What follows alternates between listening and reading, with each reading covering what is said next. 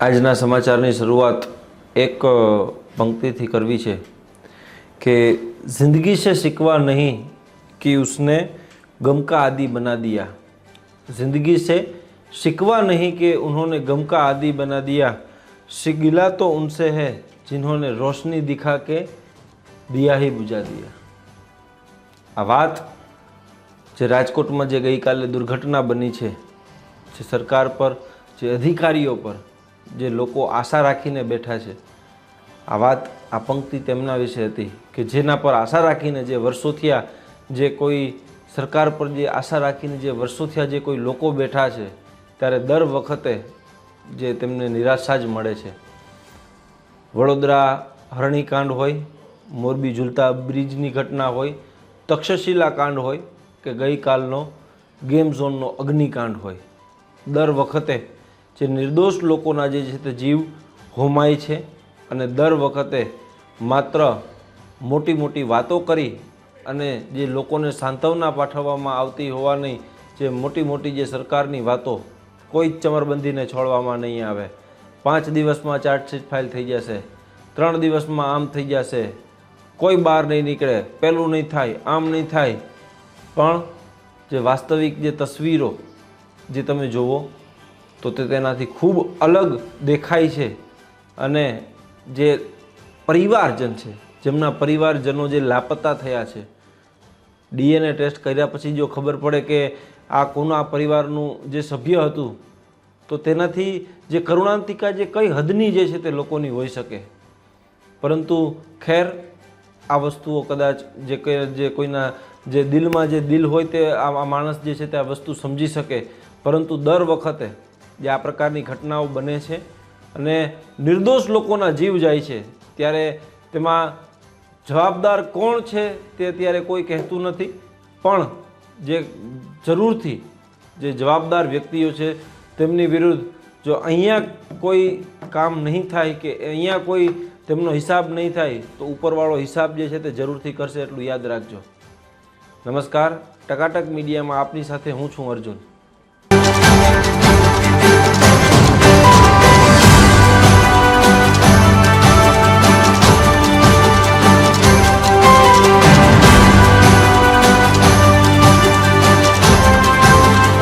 कालनो दिवस जे समग्र राजकोट माटे, समग्र राज्य माटे अने समग्र देश माटे जे काळो दिवस साबित थयो।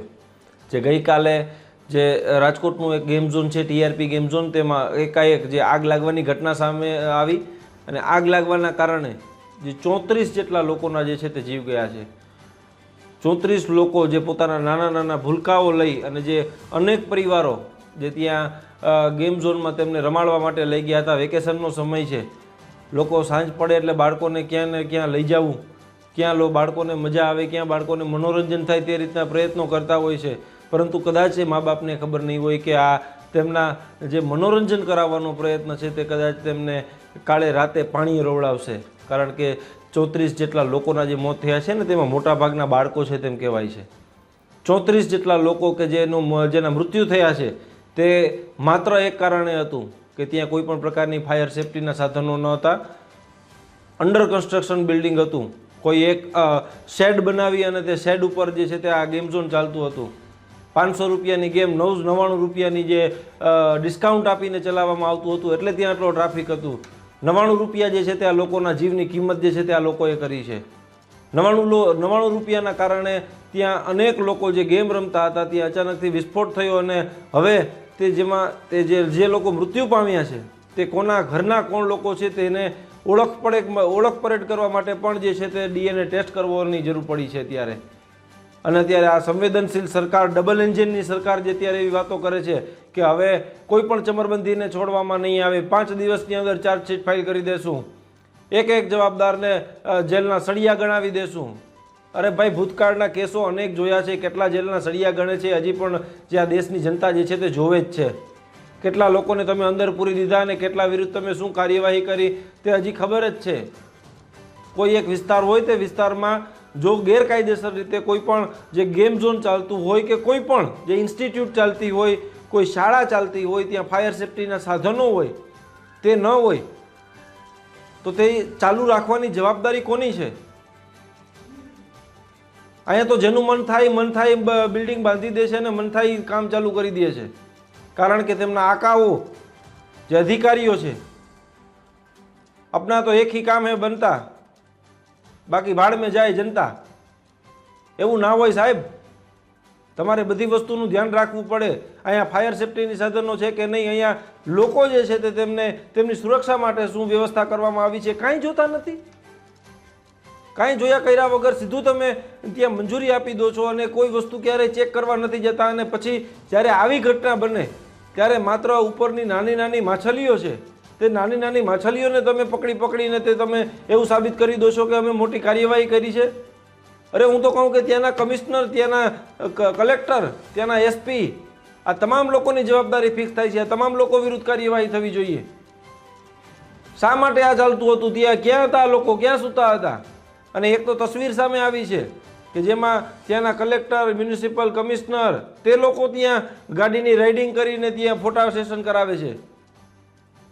શું આ મિલીભગત છે માલિક સાથેની સાંઠગાંઠ છે તે સાબિત નથી થતું?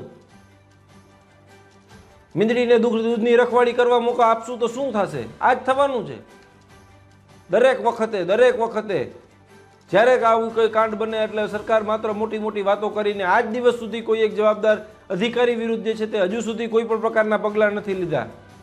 કેમ? ગઈકાલે રાત્રે સમાચારોમાં હું જોતો હતો, રાતે સમાચારમાં જોયું તો પોલીસ છે તે અધિકારીઓને ખુરશીઓ આપવામાં લાગી છે। ખુરશી જોઈએ છે તેમને અહીંયા રાતે બેસવા માટે। એક ધારાસભ્ય ત્યાં આવ્યા તે ધારાસભ્ય ખીખીખારા કરે છે, હસે છે। અરે કમસે કમ તમે હસો તો નહીં। આ લોકોની કમનસીબી છે કે એને તમને ચૂંટીને મોકલ્યા, પણ હવે કમસે કમ તેમની કમનસીબી પર તમે હસો તો નહીં। તમે કોઈનું કામ સારું નહીં કરી શકો એ તો લોકોને પણ ખાતરી છે। લોકોના દર્દ ઉપર મલમ નહીં લગાવી શકો પણ એમાં તમે મીઠું ભરવાનું કામ તો ન કરો। કોઈ લોકો જ્યારે રડતા હોય ત્યારે તેમના પરિવારના 5 લોકો લાપતા છે। એક ભાઈનો ઇન્ટરવ્યૂ સાંભળ્યો, તેમને એમ કહ્યું કે મારા ઘરનું 5 સભ્યો જે છે તે મારા સંતાન, એમનો પુત્ર સહિતના લોકો જે છે તે લાપતા છે, હજુ સુધી ઓળખ પણ નથી થઈ।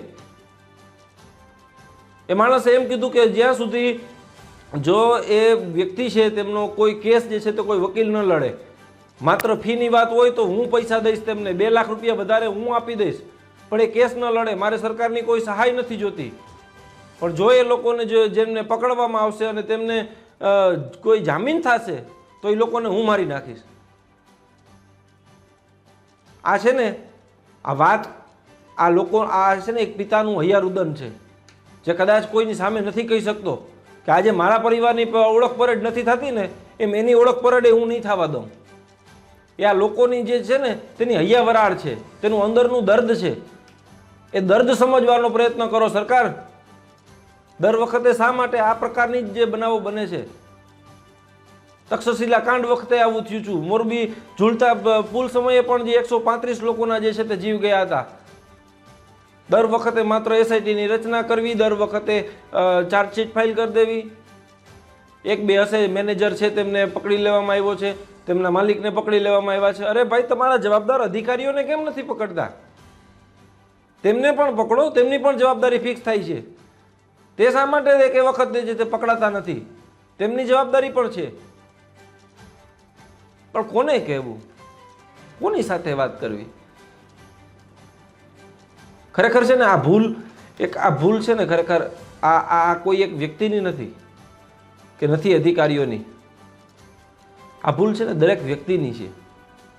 જ્યારે આપણે એક માતા પિતા તરીકે આપણા બાળકોને ક્યાંક ફરવા લઈ જાય ત્યારે ખરેખર છે ને ત્યાં ફાયર સેફટી છે કે નહીં તે ચેક કરવાની જવાબદારી આપણી પણ છે। ત્યાં આપણી કેટલી સુરક્ષા છે કે નહીં તે ચેક કરવાની જવાબદારી આપણી પણ છે। કારણ કે આ દેશમાં કોઈના પર ભરોસો રાખીને રહીને જીવાય એવું નથી। આપણે આપણા પર ભરોસો રાખીને જીવવું પડશે। સરકાર તો પછી આવશે, 4 લાખની સહાય જાહેર કરશે, જો બચી ગયા હશો તો 50,000ની સહાય જાહેર કરશે। અરે રાખો તમારા 4 લાખ રૂપિયા તમારા ઘરે।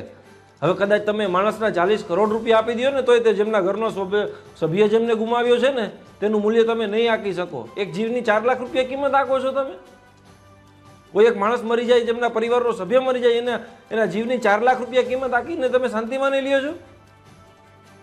મોટી મોટી વાતો કરવાથી કંઈ નહીં થાય, માત્ર વાતો કરવાથી કંઈ નહીં થાય. જો ખરેખર આ સંવેદનશીલ સરકાર, ડબલ એન્જિનની સરકાર ખરેખર જો લોકો માટે કંઈ કરવા માંગતી હોય અને ખરેખર જો તમને લોકો માટે સંવેદના હોય, જ્યાં લોકો જે મૃત્યુ પામ્યા છે, જેમના પરિવારના માળા વિખાઈ ગયા છે, તેમના માટે જો ખરેખર તમને સંવેદના હોય ને તો એ માત્ર શબ્દોથી નહીં, એ સંવેદના કામ કરીને દેખાડવી પડશે. ત્યાંના કલેક્ટર, કમિશનર બધાને પૂરી દો જેલમાં, બધાના વિરુદ્ધ કરો ફરિયાદ. એ તમારી સાચી સંવેદના હશે ને, એ મૃતકોને માટે સાચી શ્રદ્ધાંજલિ હશે. ખાલી કીધે કાંઈ નહીં થાય, કરીને બતાવવું પડશે સરકાર. નહીતર હવે લોકોનો વિશ્વાસ જે છે ને એ ધીમે ધીમે તમારા પરથી ઉઠતો જાય છે અને આવનારા સમયમાં જરા પણ તમારા ઉપર વિશ્વાસ જે છે તો લોકોનો નહીં રહે. આગળ એસઆઈટીની રચના કરવામાં આવી છે. પૂર્વ આઈપીએસ સુભાષ ત્રિવેદી, તેમને એસઆઈટીના જે છે તે મેન હેડ જે રાખવામાં આવ્યા છે. અને સાથે સાથે અન્ય જે ઘણા બધા ઉચ્ચ અધિકારીઓ છે તેમનો પણ જે છે તે સમાવેશ કરવામાં આવ્યો છે. જોઈએ છીએ કઈ પ્રકારની તપાસ કરો છો, કઈ પ્રકારનું. પણ હું તો એમ કહું છું કે કોઈ પણ બનાવ બને તો આ પ્રકારના બનાવ બને છે જ શું કામ? 1500-2000 લીટર જેટલું પેટ્રોલ ત્યાં રાખવામાં આવ્યું હતું, ડીઝલ ત્યાં રાખવામાં આવ્યું હતું. આગને નોતરતા તમામ જે પદાર્થો છે તે ત્યાં રાખવામાં આવ્યા હતા. સરકાર માત્ર એક જ વાત છે કે ગઈકાલથી, જ્યારથી જે આ બનાવ બન્યો ત્યારબાદથી જે તમામ જે લોકો છે તે સરકારના તમામ જે ફાયર વિભાગના જે વિભાગો છે તેમના દ્વારા જે રાજ્યવ્યાપી જે અત્યારે હાલ જે દરોડા જે છે તે શરૂ કરવામાં આવ્યા છે, ચેકિંગ, તપાસ. બધી જગ્યાએ ગેમ ઝોન બંધ કરી દો, બધી જગ્યાએ આ બંધ કરી દો, ઓલું બંધ કરી દો. સરકારના આદેશ ના આવે ત્યાં સુધી કંઈ ચાલુ નથી રાખવાનું. મોરબીમાં બ્રિજ તૂટ્યો એટલે બધા જગ્યાએ ગુજરાતમાં બ્રિજ બંધ કરી દો. અરે એમ બંધ કરવાથી થોડું થશે મારા ભાઈ. દર વખતે કોઈ એક વસ્તુ બને છે, કોઈ એક વસ્તુ નવી ચાલુ થાય તમારા વિસ્તારમાં હોય તો જે તે અધિકારીની જવાબદારી છે કે તેની ચકાસણી થાય, તેની એકદમ પૂર્તતા થાય, પછી જ તેને તમારે પરવાનગી આપવાની છે.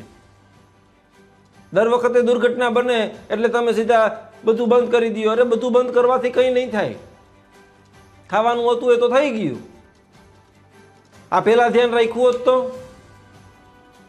પણ નહીં, આપણે તો ક્યાં, આપણે તો આપણા પૈસામાં રસ છે. દુનિયા જીવે કે મરે આપણે શું લેવા દેવા છે? આ પ્રકારની માનસિકતા ધરાવતા અધિકારીઓ વિરુદ્ધ કડકમાં કડક કાર્યવાહી થવી જોઈએ. જોઈએ છીએ આ વખતે પણ. હવે જોવા સિવાય લોકો પાસે તો બીજો કોઈ રસ્તો નથી. જેમના પરિવારજન ગુમાવવાના હતા એ તો એમને ગુમાવી દીધા. હવે સરકાર પાસે જે લોકોને આશા છે તે આશા પર સરકાર જે પૂરી ઊણી ઉતરે છે કે નહીં તે જોવાનું ખૂબ મહત્વનું રહેશે. નમસ્કાર.